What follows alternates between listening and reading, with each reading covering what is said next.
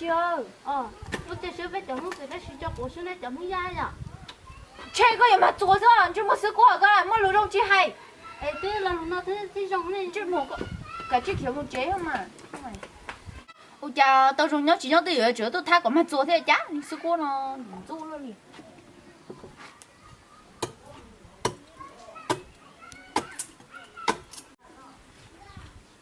ba luôn phải nói vô chả nè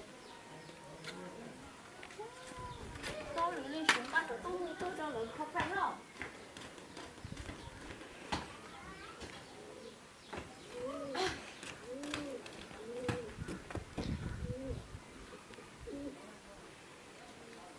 nó tôi có phải không tôi bù li phải nếu nó sợ tay cái nó này chỉ lên quay chỉ lên chơi chỉ tao món nó này nè nó cho chứ nè tôi cũng không phải lên đâu mà có phải là chúng nó phải cho tao này mất cho nó tiền tôi làm tốt tạm mà ôi yo tay cái lòi nó bù li phải chỉ lên quay của chỗ hồ sơ tôi cho là tôi con à chỉ tôi món nó liò nếu bố con à cái phải nó mà những gì xứ khó nè tiếp liền hơn có lấy món nào kìa món gà chữ tôi có cho phép tên cho nó khó sợ tôi sẽ lấy tao chén nào khó chết rồi khó liền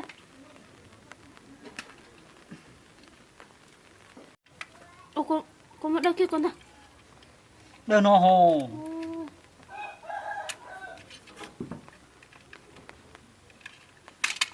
nuôi thấy tài rồi cô họ thử là của họ xài tu sắt con cho phải to con chia rồi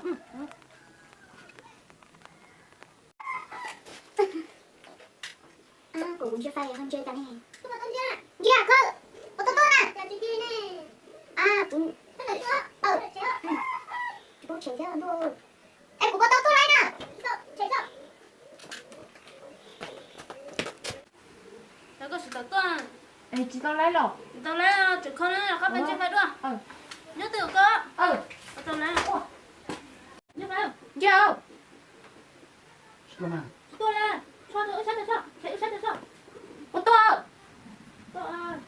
chưa sao vô ô tô chạy không chưa sao ta chưa lấy cũng chưa có con đi lấy có chạy chưa thì là muốn chạy sao có chạy tôi chạy không thôi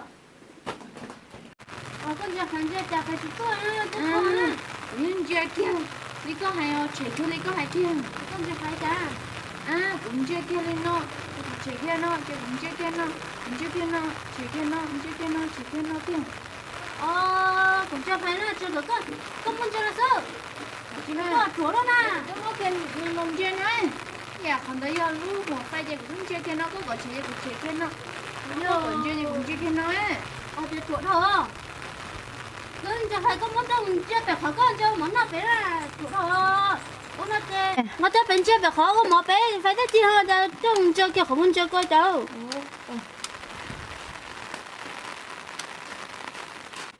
cũng cho lần chơi nó được khổ mà nó hơn chơi nó đi phát được mắt có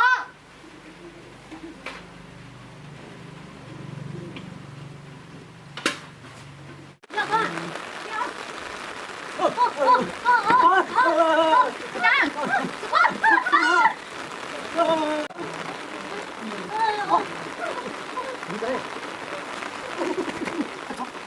mà sao vậy vô chẳng đấy phải số vô chỗ phải số lên từ cỏ thì tôi lần này có nên một có phải đâu tôi là có phải trả chứ sói nào mà rồi cho tao chúa cho cuộc sống tôi chỉ đến chúa ta một thì tao chén nói tao con này con không tao thế đúng rồi tôi lên nhảy chế bia chế你给那打牛打过去就打了，我就不开了。thì ôi lúc này tìm đến发của的 ông 发 luôn 的，你就管用喽。对，你那打的我，这我叫发小了。好正哦！你个讲嚟快，嗰啲就跌咯。就叫咩？就睇咩就做啲清咗。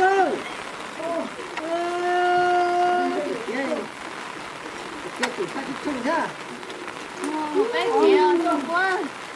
Ê, em có tí này. Một chút té Thế hả? đó, có sáng có tí này ha. Rồi chị, thì đi này chị cũng cả hả? Ôi dồi, có phải chị con chung này. Tốt tao á, tôi cái chung chung muốn nói, mà chịu phải à. Mất tay chỉ có tao, mất khó chung chỉ có khó chung à. Trái được nó có phải mà những gì khác lại, nên nhắc tụi tôi mà xem mà nát kia. Sao mình không chút phá sao, đi luôn.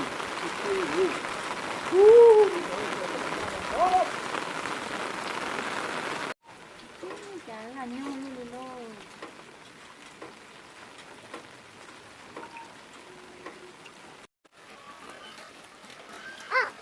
Tôi thấy tụi tao có được con. Nhớ nhìn cho tao ra cái bộ sách thì nó sai trong con đó. Tao chỉ tụi tao là được con tao nên con à. Tao nên. Tao hà. Bé sự tao xin cô ra cái bé này có tao nên trong ấy. Có tao nên thôi cái đấy. Có tao nên đúng rồi. Thì có sao tao rồi. Cho nó chơi. Có tao nên mà cho nó. Tao tụi tao chơi cho nó. Đấy rồi lựa cho hay cho nó xin nó. Tụi tao mà chơi tụi nó. Tụi nó có tao nên mà cho nó đi con. Tao có cho nó những tao một tao nó phục vụ cái số nó con đó tao con à. Bác sĩ này, cho học không sách. Có trong kia nó có sao cái tao nói mà. Được quá, có sách có tao tên để rồi. Sao? Này có người được cái tao nó cũng là này. Tao tao học có tao nó. Bác sĩ nó nói rồi.